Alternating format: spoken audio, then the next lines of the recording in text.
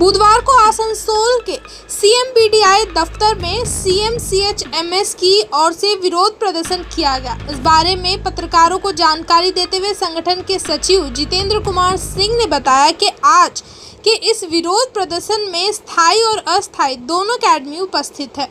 उनका कहना है कि जब से सेप पद्धति से वेतन का हिसाब रखा जाता है तब से श्रमिकों का 13 दिन का वेतन बकाया हो गया है। कुछ श्रमिकों का उनका 13 दिन का वेतन मिल चुका है, लेकिन बाकियों को अभी तक नहीं मिला है। इसके साथ ही उन्होंने कहा कि सीएमपीडीआई RI1 से कर्मचारियों को इलेक्शन ड्यूटी पर भेजा जाता है, लेकिन अभी तक कर्मचारियों को रविवार मानकर उनका वेतन नहीं दिया गया है। इस बारे में उन्होंने प्रबंधन के साथ साथ जिला शासक को भी पत्र लिखा है। जिला शासक ने आश्वासन दिया है कि बहुत जल्द उनका इलेक्शन ड्यूटी का पैसा मिल जाएगा। इसके अलावा उन्होंने कहा कि ठेका श्रमिकों के न्यूनतम वेतन की भी मांग की गई। उन्होंने बताया कि ठेका श्रमिकों को न्यूनतम वेतन मिलने में असुविधा हो रही है। इस बारे में भी आज के प्रदर्शन के दौरान आवाज़ बुलंद की गई।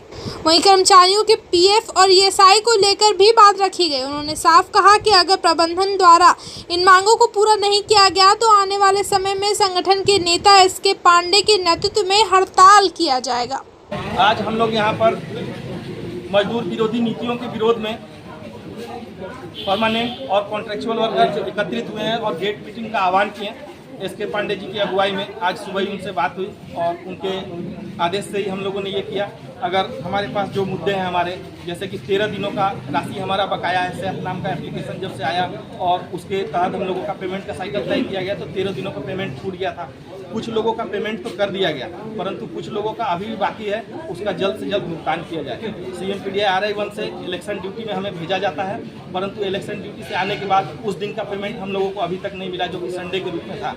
और लगातार हम लोग उसके लिए पत्र दिए हैं CMPDI RI1 को। लोकल जो हमारे DM साहब हैं उनसे भी हमारी बात हुई, उन्होंने आश्वासन दिया कि बहुत जल्द आप लोगों का पेमेंट कराएंगे और कोशिश रहेगी कि वो हमारे CMPDI क्षेत्रीय संस्थान 1 के मैनेजमेंट से बात करेंगे और हमारा इलेक्शन ड्यूटी का पैसा हमें भुगतान करवाएंगे।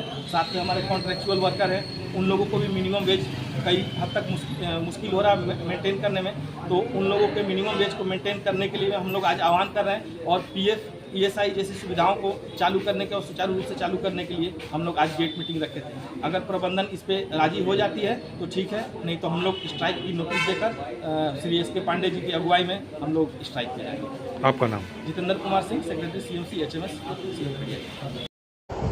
बुधवार को रिटायर्ड रेलवे एम्प्लॉयज एसोसिएशन मोहशिला शाखा की ओर से आसनसोल रेलवे डिवीजन हॉस्पिटल के समक्ष विरोध प्रदर्शन किया गया और एक ज्ञापन सौंपा गया। इस बारे में पत्रकारों से बात करते हुए संगठन के सचिव MS मंडल ने कहा कि आज उनके संगठन की ओर से रेलवे डिविजनल हॉस्पिटल के निकट विरोध प्रदर्शन किया गया और एक ज्ञापन सौंपा गया है।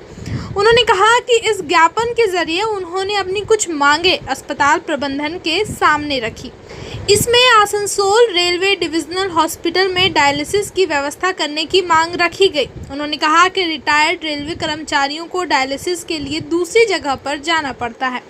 उन्होंने कहा कि अगर यहाँ पर इसकी सुविधा होगी तो सभी को सहूलियत होगी। इसके साथ ही उन्होंने एम्बुलेंस की व्यवस्था, रिटायर्ड कर्मचारियों के लिए दवा और काउंटर खोलने की मांग की। इसके साथ ही उन्होंने रेलवे के साथ जिन दूसरे हॉस्पिटलों का टाई अप है वहां पर सीधे तौर पर इलाज का प्रबंध करने की मांग की। उन्होंने कहा कि अभी इस अस्पताल से रेफर करने के बाद ही उनको वहां से इलाज की सुविधा प्राप्त होती है, लेकिन उनकी मांग है कि उन अस्पतालों में सीधे तौर पर इलाज की सुविधा प्राप्त हो।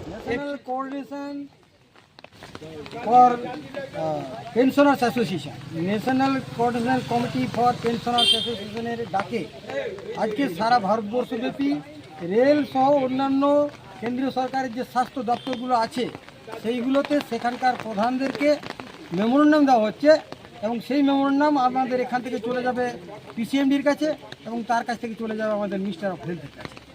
তো এই সর্বভারতীয় প্রোগ্রামেরই একটা অংশ হিসাবে আজকে retired railway employees association Mohishila আমরা আমাদের ব্রাঞ্চের পক্ষ থেকে আজকে 2 ঘন্টার এই অবস্থান এবং সাবসিকুয়েন্টলি একটা মেমোরেন্ডাম আমরা CMS-এর হাতে দেব।